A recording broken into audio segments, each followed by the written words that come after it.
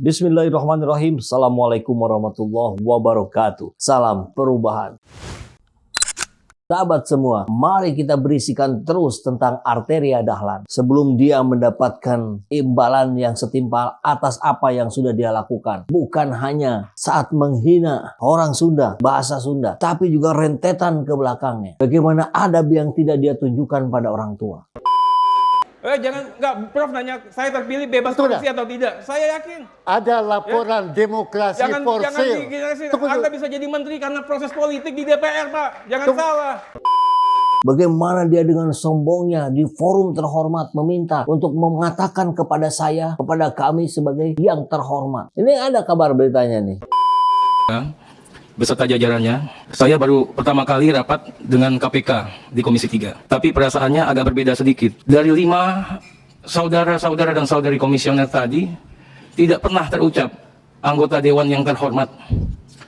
Kalau kami, bapak-bapak dan ibu-ibu, di semua komisi, Pak Jokowi sekalipun ketemu kami, walaupun Arteria ini masih bangsat katanya, dia katakan yang terhormat, Arteria Dahlan katanya.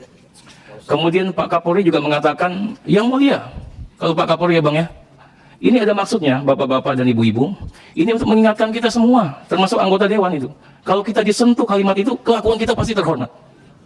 Itu. Kelakuan kita pasti terhormat. Kita pasti terhormat.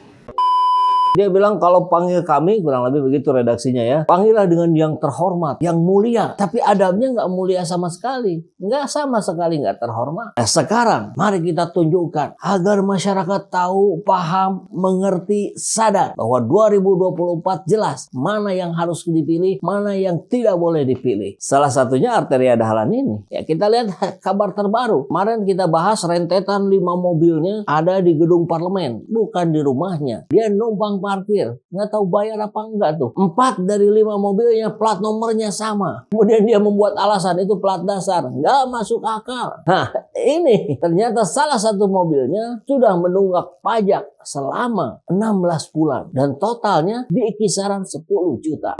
Jadi Arteria Dahlan sudah merugikan negara 10 juta. Ini baru dari satu arteria. Kita lihat anggota dewan itu ada ratusan, 500 lebih ya. Anggaplah 20%-nya kelakuan sama kayak Arteria. Punya mobil banyak, salah satunya nggak dibayar pajaknya. Kisaran 10 juta juga. 1 miliar itu. Dan mungkin juga nggak 1 mobil yang nggak dibayar pajaknya. 2 mungkin. Kali 2, 4 miliar.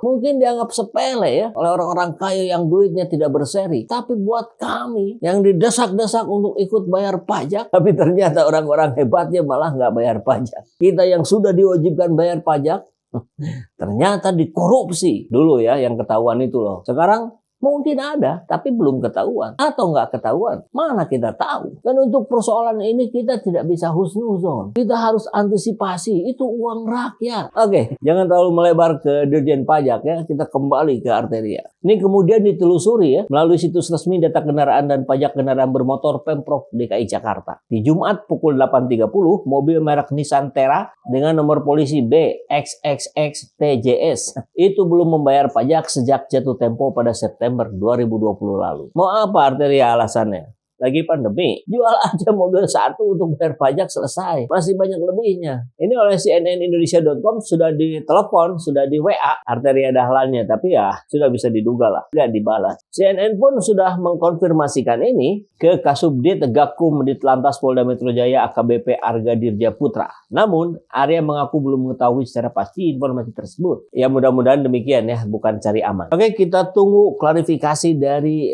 kepolisian. Kalau dari Arteria pastilah gitu-gitu aja lah. Kemarin juga bilang minta maaf, tapi kita juga bisa mendengar, bisa merasakan apa-apa yang diucapkannya itu nggak tulus sama sekali.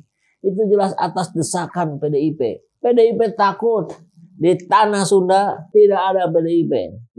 PDIP takut suaranya hancur di Jawa Barat. Sunda tanpa PDIP, tagarnya menggaung terus-menerus di akun media sosial Twitter. Memang dampaknya kemana-mana. Dan itu menjadi sebuah konsekuensi dari dibiarkannya cara-cara seperti Arteria Dahlan selama ini. Kan ini bukan kali pertama keonaran yang dibuat oleh dia.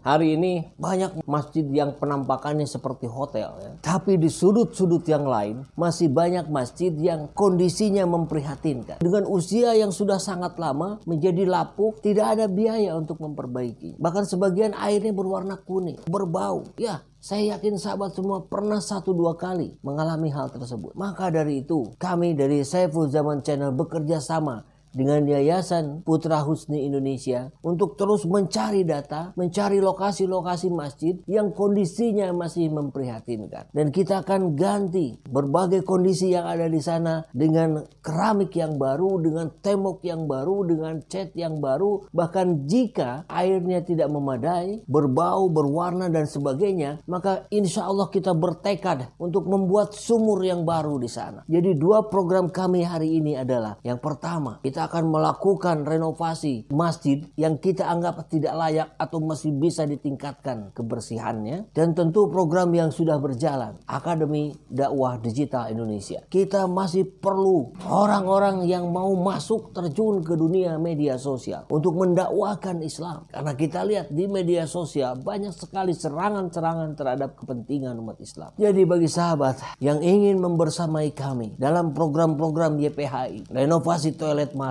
Akademi Dakwah Digital, silakan salurkan donasinya ke rekening yang ada di sini dan silakan mengkonfirmasinya ke nomor yang ada di sini.